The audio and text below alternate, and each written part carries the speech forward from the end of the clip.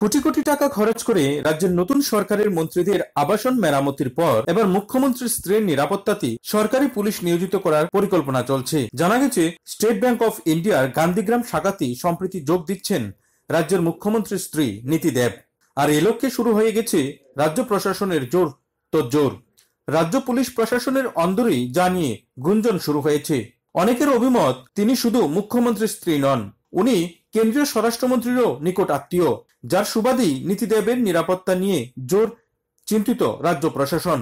স্থানীয় সূত্রে আরো জানা গেছে যে নীতি দেব যে এসবিআই ব্রাঞ্চে আসছেন ম্যানেজার হিসেবে, সেখানে ব্যাপক হারে চলছে সাজগুজ এবং সাফাইয়ের কাজ, যা নিয়ে স্থানীয় গান্ধীগ্রাম সহ পার্শ্ববর্তী অঞ্চল জুড়ে জোর জল্পনা শুরু হয়েছে।